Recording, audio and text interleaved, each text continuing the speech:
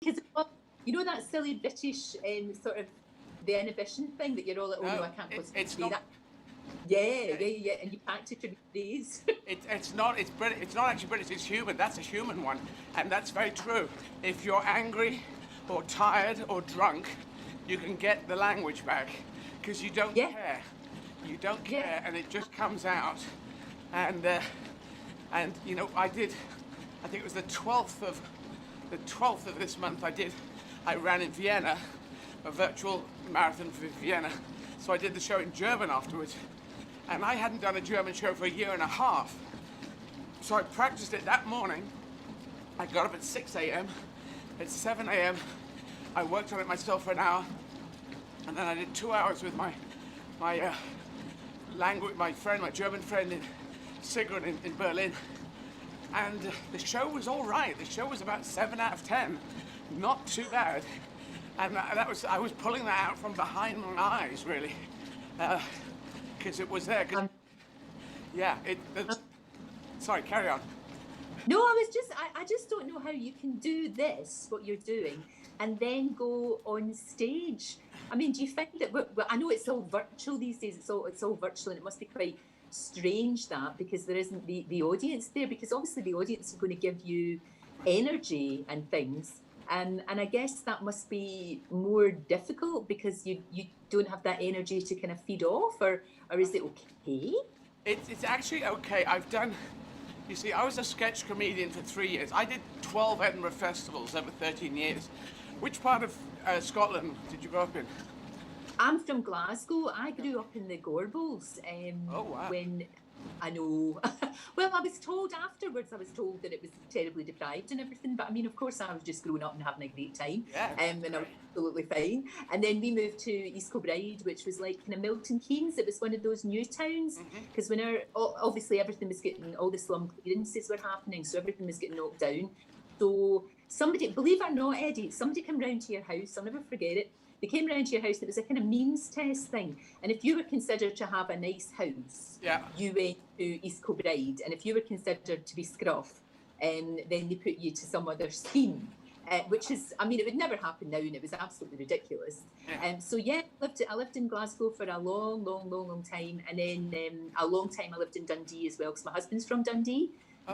So I've lived there too. But now I'm down south and I can't get home at the moment. I'm just desperate to go home to see everybody because, you know, you get a bit homesick and it would be lovely. But right now we've all got to just stick to the rules and just hope for the best and thank God for science. I know that's probably a silly thing to say, thank God for science, but actually we're so lucky to have this vaccine, aren't we?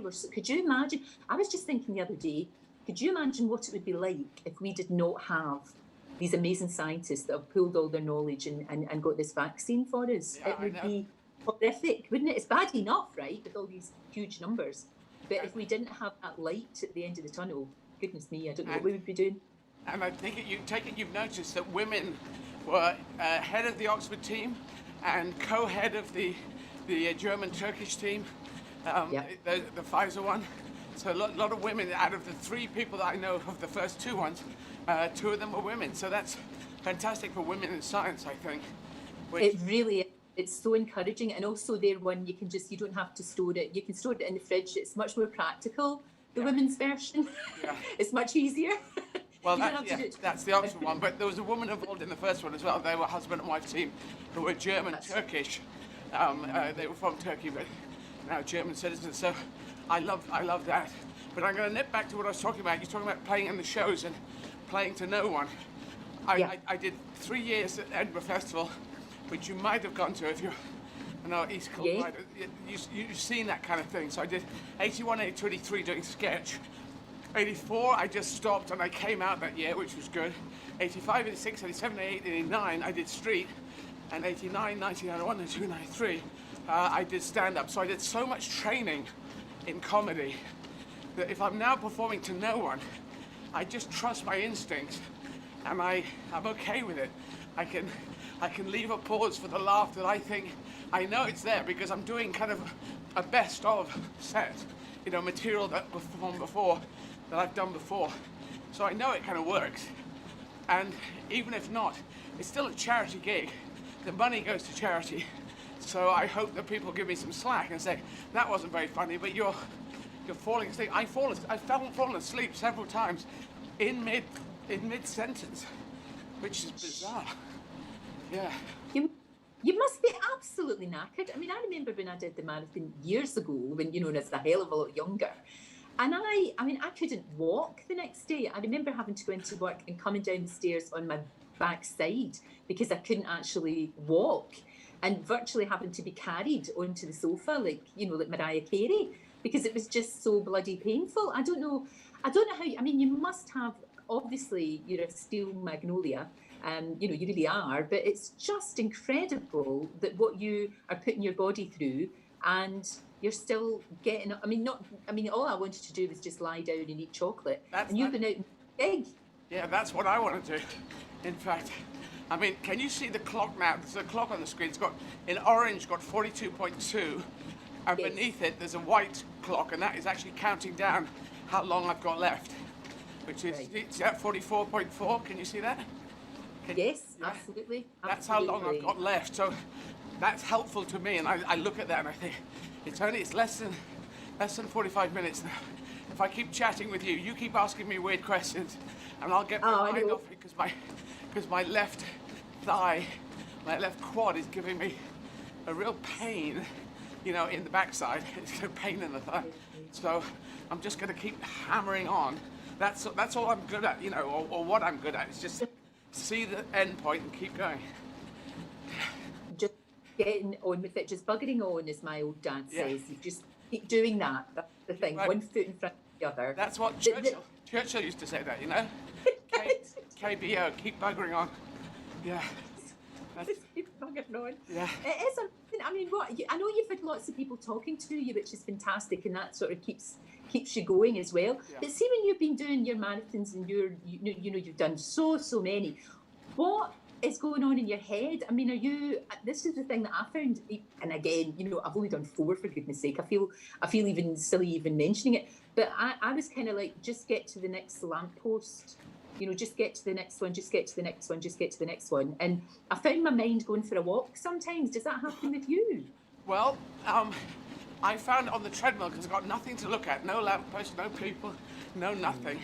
And by the way, 4 is fantastic, so I salute you. I didn't know you'd done 4. That 4 is brilliant. So, because, you know, a lot of people go, I can never do 1.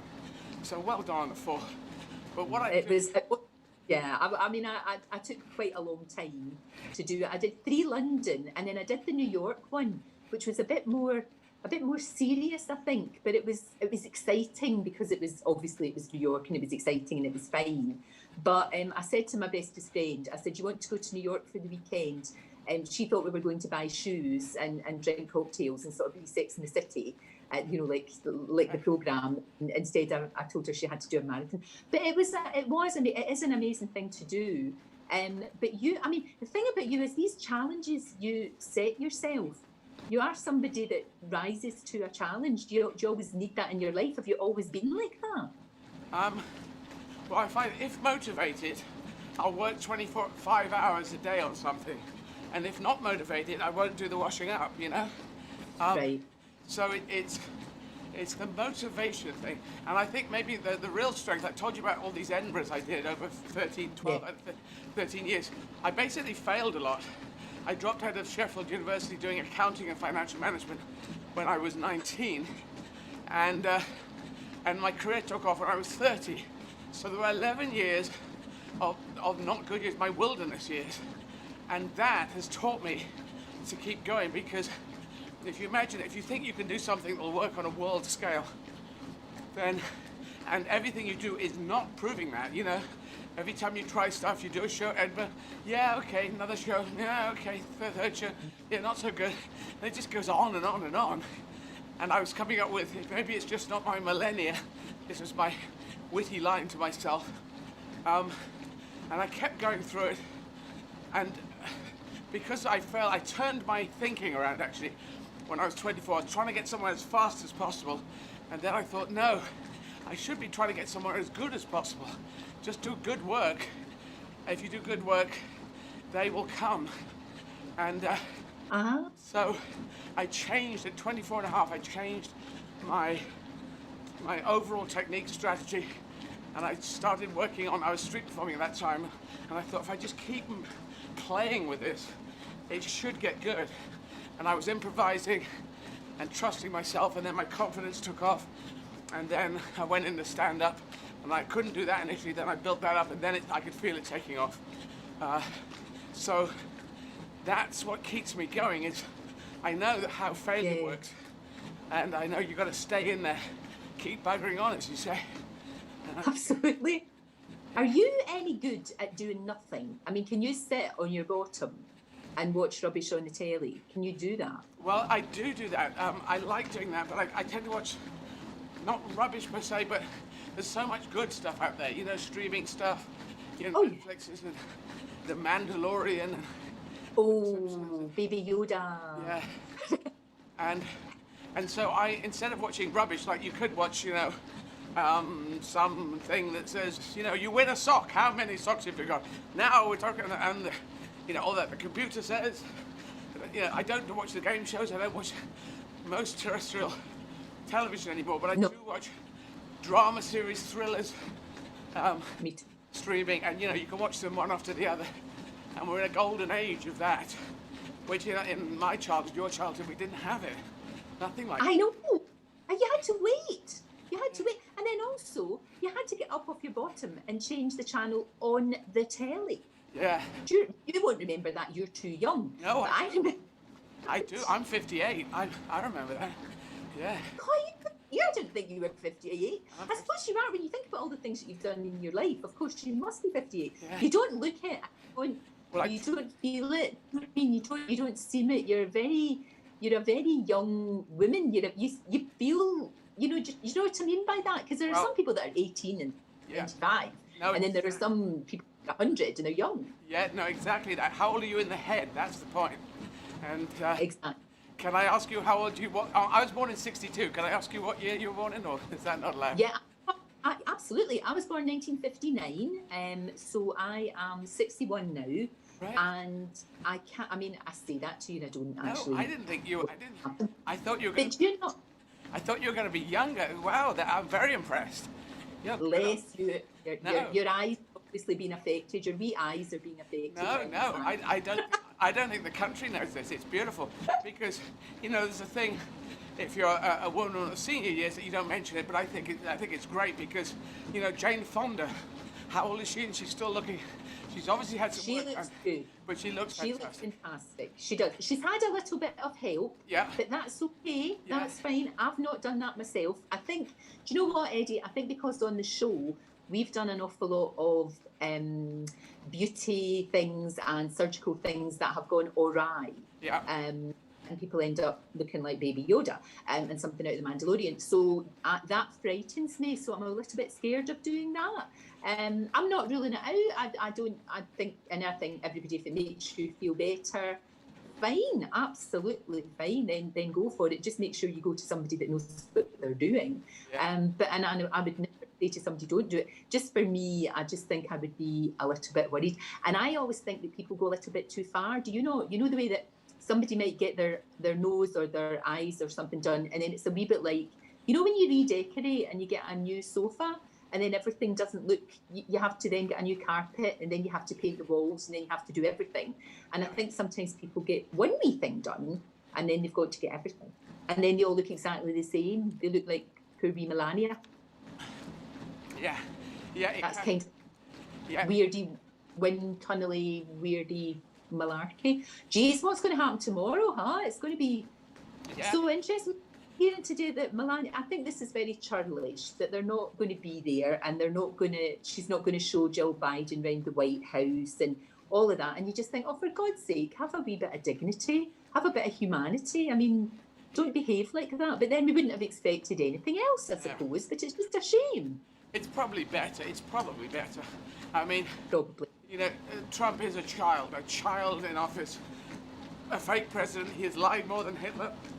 I don't know what you can say about it. That, you know, in the history books, fake president will be written across him. And I just think we're trying to make humanity great again. We chose in January to do it, 21, and Joe Biden's coming in tomorrow with Kamala Harris.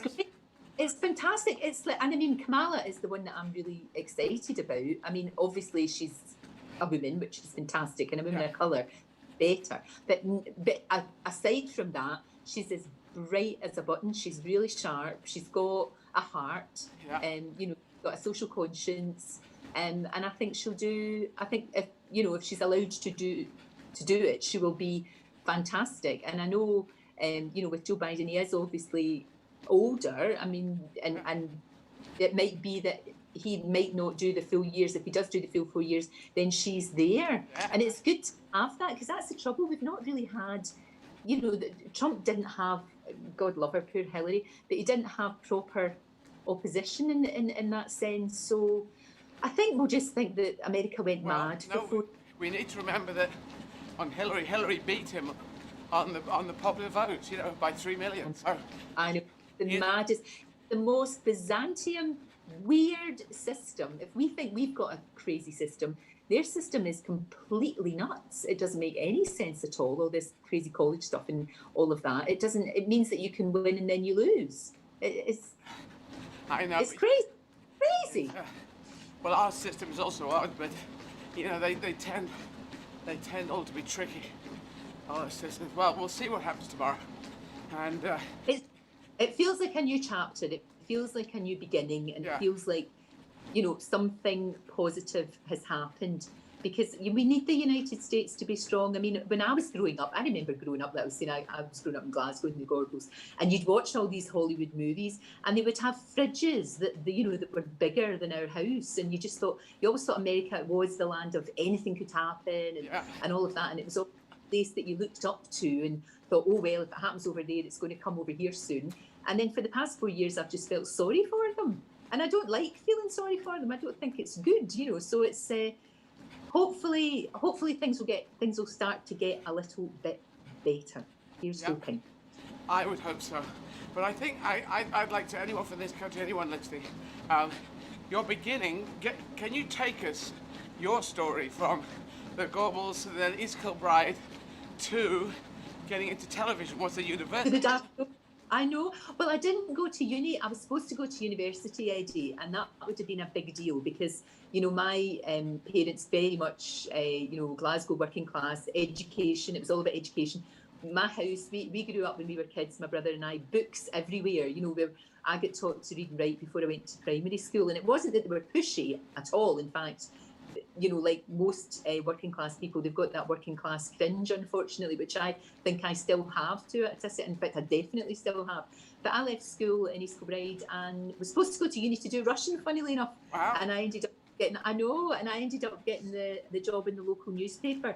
And I know that Mum and Dad were actually very disappointed, but they never said they were. They were really supportive. And I worked in the local newspaper and I loved it. I mean, you can be so part of the community, and I would go along to the local rep and do reviews and try and discover new bands, and we do news stories. Well, you got to do everything, which was terrific. And then I got a job at the BBC, and I was told at the BBC by the big BBC boss in BBC Scotland that my Glasgow accent would not do, that I had to get rid of it and I would never make it in television speaking the way that I do. So I realised I had to leave there, unfortunately, because I couldn't, could you imagine if I started talking like Her Majesty the Queen, if I was going, hello everybody, good morning, how are you today? It would be silly.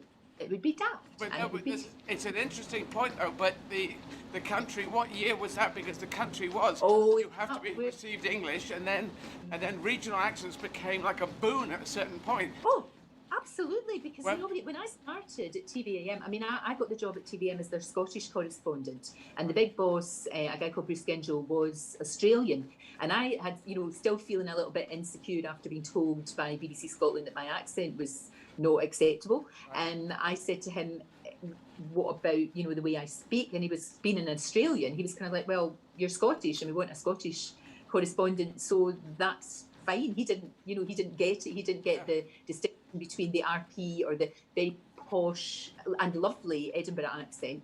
And mine, for him, it was just a Scottish accent. So it was great for me. So I worked in Scotland for being a correspondent, and covered some amazing stories, got to see my country, went up to Orkney, Shetland, all over the Hebrides and the Outer Hebrides. I was very, very lucky. Covering news and also doing features and all sorts. It was great, doing sport as well, which was fantastic. And then Lockerbie happened, and I covered Lockerbie. And I was on, obviously, every single day, leading every single bulletin, because that story was, as you can imagine, that was horrific. Yeah. And I got asked to come down and do the news hour after that in the January. And I never went back. They just kept me on, really. But it was never, that way when a lot of people have got a sort of plan and they've got a career path and exactly what they want to do. I never had that. I never had that sort of thing. I just kind of fell into it, really. And I certainly didn't think that I would end up on a sofa with big hair and, all made up and talking to amazing people. Because when I was doing TVAM, do you remember that Terry Wogan had his own chat show on the BBC? Yeah. And he had, amazing people on. And what we used to do, what our brilliant booker at TVAM used to do, they would wait outside the BBC and basically grab them and say, and sometimes it didn't work, but he would say, do you want to come on our show tomorrow? It's from 6 o'clock until 9:30. You can come whenever you like. You can talk about whatever you like. We can't pay you, but, it's basically up to you if you fancy a wee chat. And you know what? 9 times out of 10 they did. It was incredible. So we would get people, I was lucky enough to talk to people like Kirk Douglas, Sammy Davis Jr., who else did we got? Lauren Bacall. I mean, just the most incredible stars. And I mean, I was just sitting there in absolute awe. I couldn't believe. I'd phone my mum and say, "You'll never guess who's on tomorrow," and she'd be, "Oh my God, that's amazing!" And it was just fantastic. It was because breakfast telly was really new, and we didn't have any rules. We didn't really know what. I'm not saying we didn't know what we were doing, but we could experiment. We could pilot on air, because the next, if that didn't work, well, we're live and we can do it the next day. And it was just wonderful. It was such an amazing opportunity. It was absolutely fantastic. I'll never forget my first day when I went down to London before I went up to Scotland to work. I came down to meet everybody, and the guest that morning was Bette Davis. Oh, wow. Bette Davis was in the studio. I mean, obviously I wasn't talking to her because, it was Anne and Nick, and Diamond and Nick Owen. But I could not, Eddie, I couldn't believe it. I mean, I grew up, my mum watched all the shows. I mean, that in those days you couldn't tape anything, on videotape, and you certainly couldn't download anything. That wasn't there. But when I was a kid, I mean, if a Bette Davis film was on, I was there, and I could not believe it. She was tiny. She was like a little bird. Right. And she didn't have long to live. She died quite shortly afterwards. But she was like a wee tiny birdie, and her wee face, she'd had a stroke. But she was, what a presence. I mean, you knew you were in the presence of somebody, and she was just sitting smoking her fag. And you're not supposed to smoke in studios, even back then. Yeah. You weren't supposed to. But she just, you can't tell Bette Davis to not smoke. I mean, that would be ridiculous. You can't do that. Bet your fag out, no. So that was quite remarkable, and it was a totally different world, an amazing world. I've always felt slightly outside of it all, though, to be honest. I don't know whether that's my upbringing or not, but it's been fantastic, and I'm just so lucky to have a job that every single day I learn something. Every single day I learn something, and that's a joy, and it gives you a chance to be curious every single day, which is brilliant. Okay, well, still fill us in from TVAM to Lorraine. What's the journey there? Well, it was a funny one, Eddie. It was a strange one, and I think a lot of women might find this.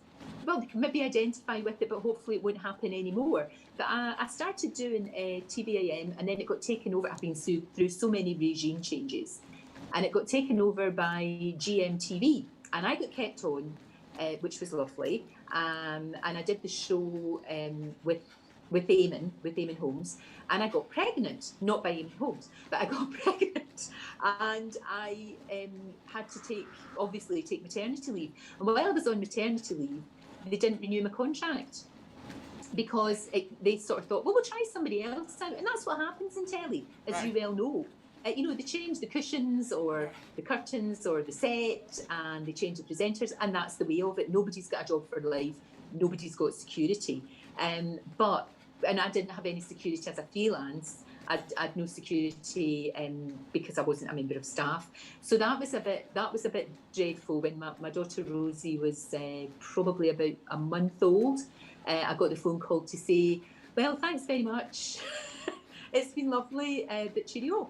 And that was really hard. I had to take my CV. I had my CV under one arm and my daughter and her caricot under the other one. And I went round all the, many production companies and TV stations and all of that. And then what happened was... And what year was that?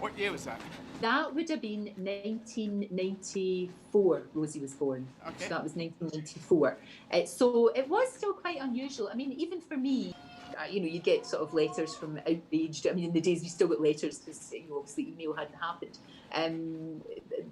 Do we really want to see somebody who's pregnant on our screens first thing in the morning? I mean, it was quite bizarre. It was quite strange, to be honest. It was quite weird. But then I got a call saying that they got some sponsorship. GMTV got some sponsorship from Mum and Baby Company, and they wanted to do a Mum and Baby slot. And would I be interested? It was only 2 days a week for 6 weeks. And well, I didn't have any work. So I said, yeah, you bet, of course, I'm very happy to do that. And it went really well. And so they said, well, I think you should maybe do a wee show from 9 o'clock. And that's been me sort of, for the past kind of 26 years doing my own show. And it's just the way things work out. You can't plan it. You have all these funny sliding door moments. And, because that particular company at that particular time wanted to do a Mum and Baby slot, I did that. And then from that did my own show, and it's been really good because we can do, like I say, we can try things out a lot, and what's really good about it is I can do things that I feel really strongly about, and I think without tooting our own horn, and I'm not just talking about my show, I'm talking about the whole of daytime and breakfast telly. We have sort of tackled issues maybe before everyone else. Yeah. When it comes to things like equality and stuff. That I think. I'd like to think so. I'd like to think that we maybe helped a little tiny bit. Well, you've been more positive on trans than probably first than anyone else, haven't you? On trans. I'd like to think so, but I don't get it. I don't really understand why everybody gets so aerated and so, outraged by other people's. It's other people's business what they do and who they love and who they want to be. And they're just like every single person in the world is just trying to get on with their lives. And I don't understand the vitriol. Sometimes it genuinely does not make any sense to me. And I think that's probably just the way I was brought up, the friends that I had when I was growing up, because we were all just the same, And I mean, I had a lot of gay friends and trans friends as well. But that wasn't the thing, that was probably the least interesting thing about them, if you know what I mean. They were just my friends. Well, you know what I mean? It was, don't put people in some sort of label, in some sort of box and say that's what you are, because we're all just human beings, aren't we? Exactly. This is what I say. They say, if you say you're gay or LGBT anything, and you say, okay, but what do you do? Oh, what do I do? I'm a librarian. Are you a good librarian? I think I'm a very good librarian. But I am gay. I don't care if you're gay. You have sex with who you want. I just want the books, right? It's really about the books. Oh, you're an accountant. I don't care, so you're a trans accountant. Can you add up? Oh, you can add up. Very good. No, who gives the monkeys? Who gives the monkeys? It's really weird. And the other thing is, no one goes to a straight person and says, yeah, I'm an accountant, but I'm a straight accountant. Oh, you're straight. So you have straight sex, and that's your thing. Oh, thank God those numbers will... Because if it was a gay person, or a trans person, obviously the mathematics would be incredibly wrong. But because it's straight, it doesn't matter. It's nothing to do with it.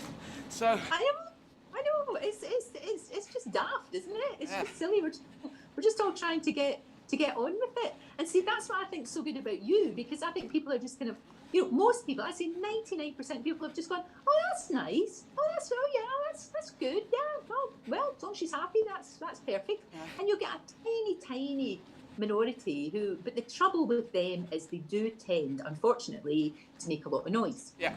But it's exactly the point, like you saw on the 6th of January in America, that how many people was that? If you looked at it, you say, well, that's, say, 10,000 people, but it's a country of 330 million. So that's not 330 million people. That's an incredible small minority of white supremacists, and they want to break democracy, and Trump has lied, done the big lie. It's an interesting thing, you know about this? There's the lies, everyday lies that Trump did. He did one apparently. He did one when Kim Jong-un, you know, he was doing that whole link up with him. He says, I got a letter from Kim Jong-un, and he says really nice things about me. And so the reporter said, well, what did he say? And then Trump said, I don't know, I haven't read it. And you think, why bother to lie? That's a small lie. That's an idiotic lie. Just read the bloody thing. But then there's a thing that Joseph Goebbels said, who was head of propaganda under Hitler. And he said, the big lie, if the lie is big enough, people believe it. It's an interesting thing. Small ones you can discount and say, well, that's obviously not true. But the huge one, and he went for this huge one, like I have won. And you saw Republican people who in charge of counting the votes, and they were saying, no, Mr. President, this is not true. He was trying to bully them into lying. Find votes for me, he said, in Georgia. And that big lie, there's a whole bunch of people who believe it. The big lie is a really tricky thing. And it's a worry for humanity going forward. And as you know, I want to go into politics, and I want to fight that. I want to become an MP as soon as I can in order to fight that.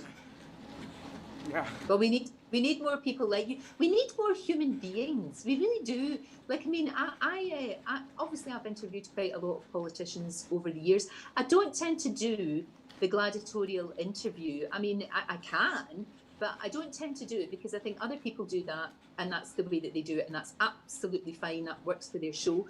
But for my audience, they want to hear what people have to say. Yeah. And oftentimes, you know, if you give somebody enough rope, eventually they will hang themselves, if you know what I mean. Like, I mean, if you just let them talk, you know, if you let someone like Priti Patel talk, then you can listen, and actually, you know, without being unfair, by and large, it sometimes won't make that much sense. But that tells a lot about the person if you actually do let them speak. You know, it was really interesting. You know, we had Kieran, you know, the Labour leader on, Kirsten, and we had a really good discussion because I was asking things like, oh, you don't like being called sir, and you know, he was talking about his mum, and he was talking about the NHS, and he was just, I mean, I did challenge him in certain things, but I really wanted to get to know him a little bit, because oftentimes we get to know our politicians, it becomes too much like, and then it becomes terribly tribal. Like, if you know, it's that thing of, oh, right, so you vote Tory, therefore you believe all these things. You've got these 10 things that you tick off. Or, oh, yeah, well, you're Labour, you believe that. And actually, as you well know, we're all somewhere kind of in the middle, oftentimes. Not always, but, you know, just because you happen to vote for a certain person or at that particular time in your life, absolutely doesn't mean that you believe every single thing that they're talking about.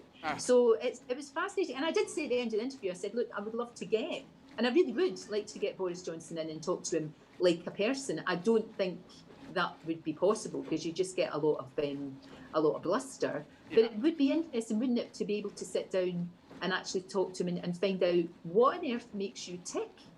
Why did you make that decision? What was that about? Why did you think this is a good idea? I think if Boris Johnson really opened up, it would sort of all come apart. That's the trouble. Yeah. Because he has lied and lied. He lied to the head of his party. He lied to his family, the love child, this. He lied about quotes he put in the newspapers. And now he's prime minister. And if you look at, a child looks at that growing up saying, so I can do this lying thing and I can use that in my career advancement. That sounds fantastic. And this is what Trump has shown in spades. And this is why the two of them are kind of Tweedledum and Tweedledee. It's not great. And now he's sitting there, you know, so anyway, I'm going to fight him very hard because I think he's all about Boris Trump. I think that's what he believes in. In the morning, he believes in Boris Trump, did I say? Okay, I'm getting them mixed up. It's Boris Trump and Donald Trump, the same sort of thing. Right. There's that awful thing of, if you're a leader, you have to make really, really tough decisions, as you know, and especially in a time like this. And you have to be prepared not to be liked. I mean, we've just seen today that Nicola Sturgeon has actually imposed more lockdown, lockdown is going to be stricter in Scotland. And I'm sure that that's the last thing. Of course, it's the last thing in the world that she wants to do. Yeah.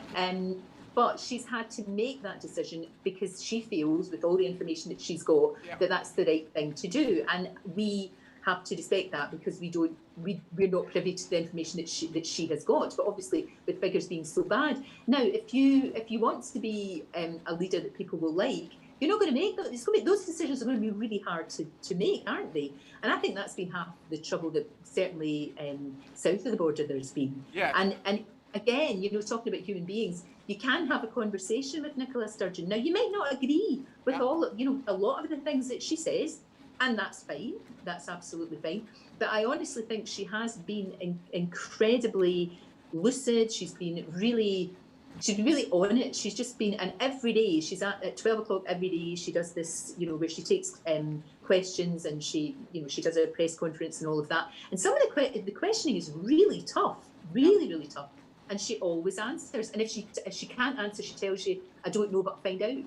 And that's actually, I like that in a leader. Yep.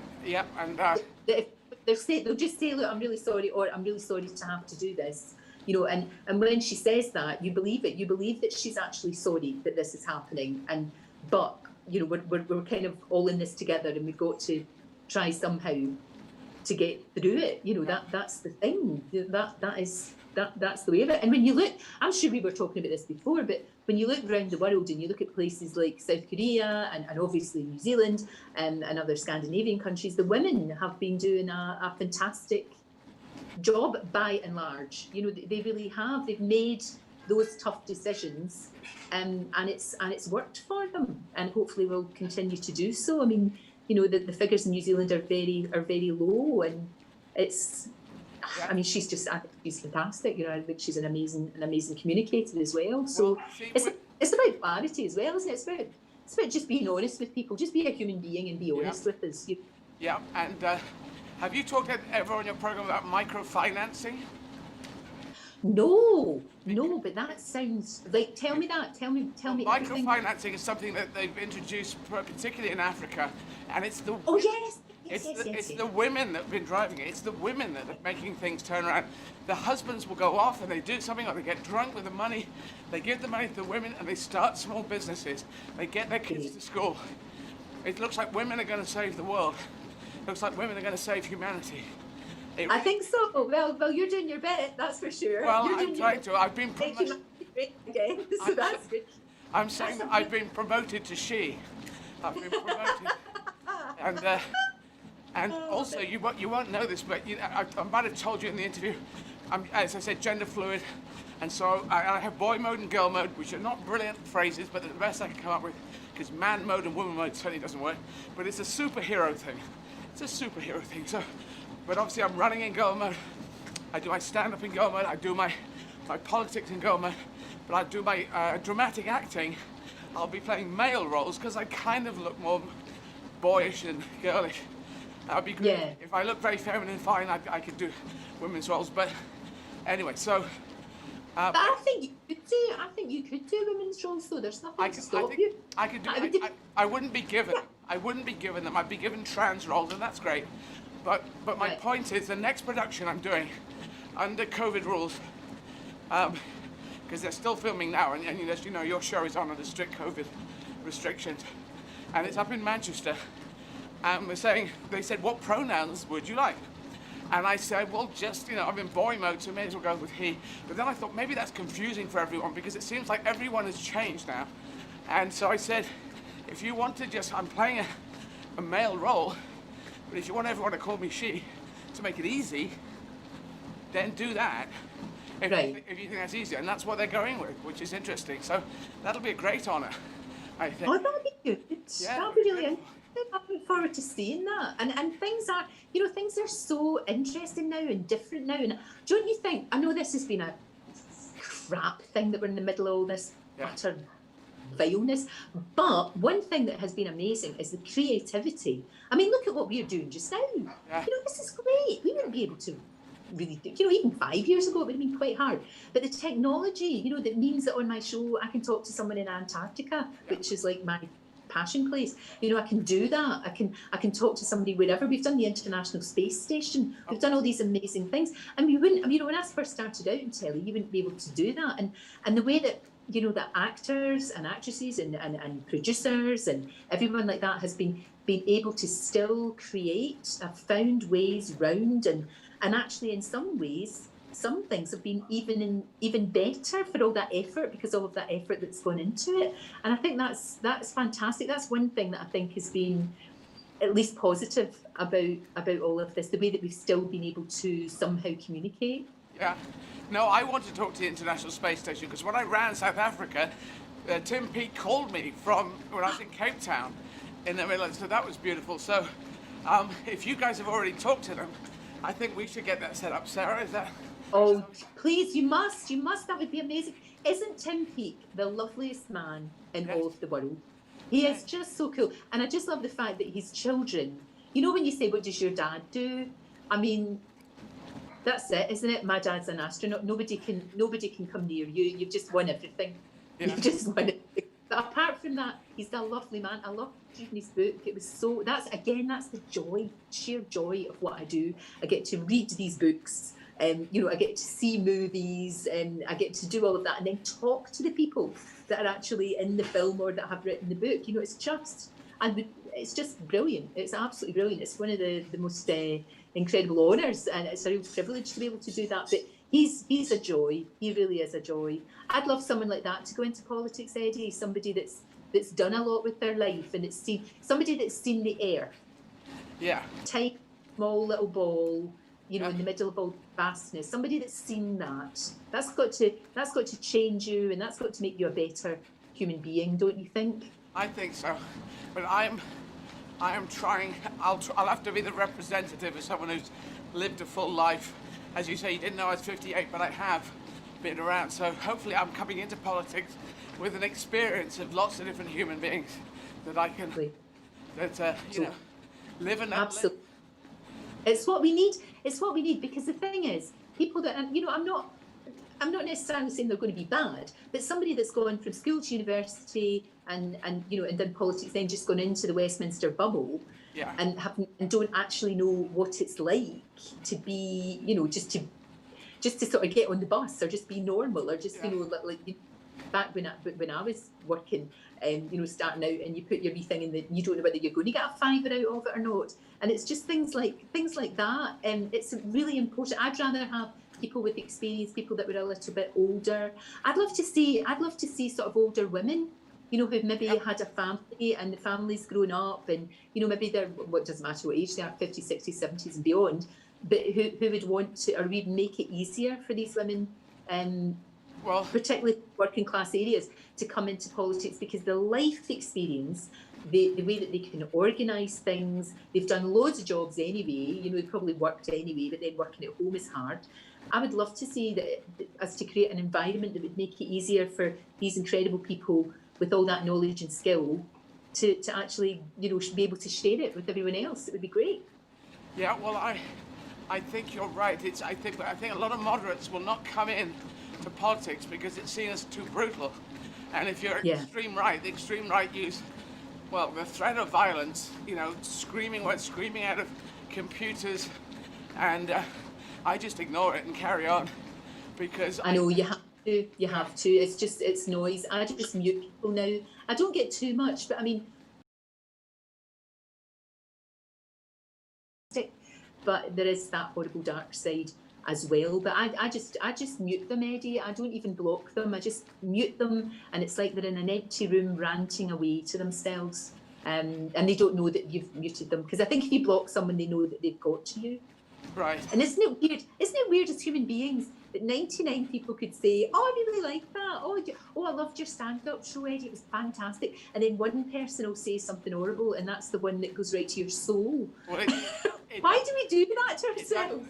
It doesn't to mine, actually, because I, when I was on stage in Comedy Store, some of the tougher clubs, you would go on, you'd build up the audience, you'd get them with you, and there'd be one drunk person full of rage down the front who'd shout, "Fuck oh, you fucking away," whatever swear words, and I didn't think they were representative of anything, So I would just introduce them as this is Steve, and he's dealing with a lot of problems at the moment. He's come down here to try and speak sentences. He has a problem with sentences, not really getting there. Well done, Steve.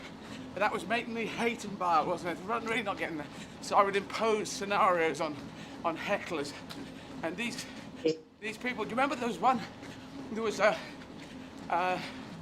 they'd taken a woman off all the banknotes. You know, there was a woman on one of the banknotes. They'd taken her off because they swapped them around.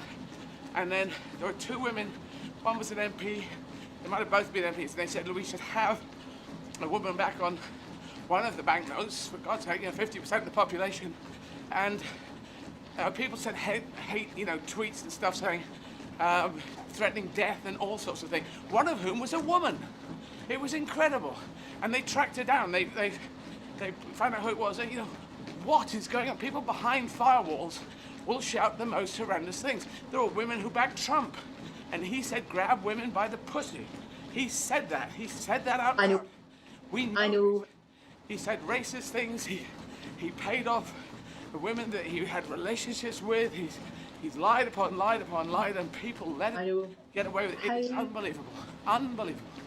So, how did I just, we're going to look back on this and think that everybody went bonkers. Yeah. It's like the whole country was in some kind of weird, crazy state of I don't know, it just doesn't, it just, because one of those things should have been enough to finish them off, just one. But and yet, it's so ridiculous that we forget. It just, it's like a great big giant pile of dung that just gets bigger and bigger and bigger and bigger, and you can't see around it and you can't see over it.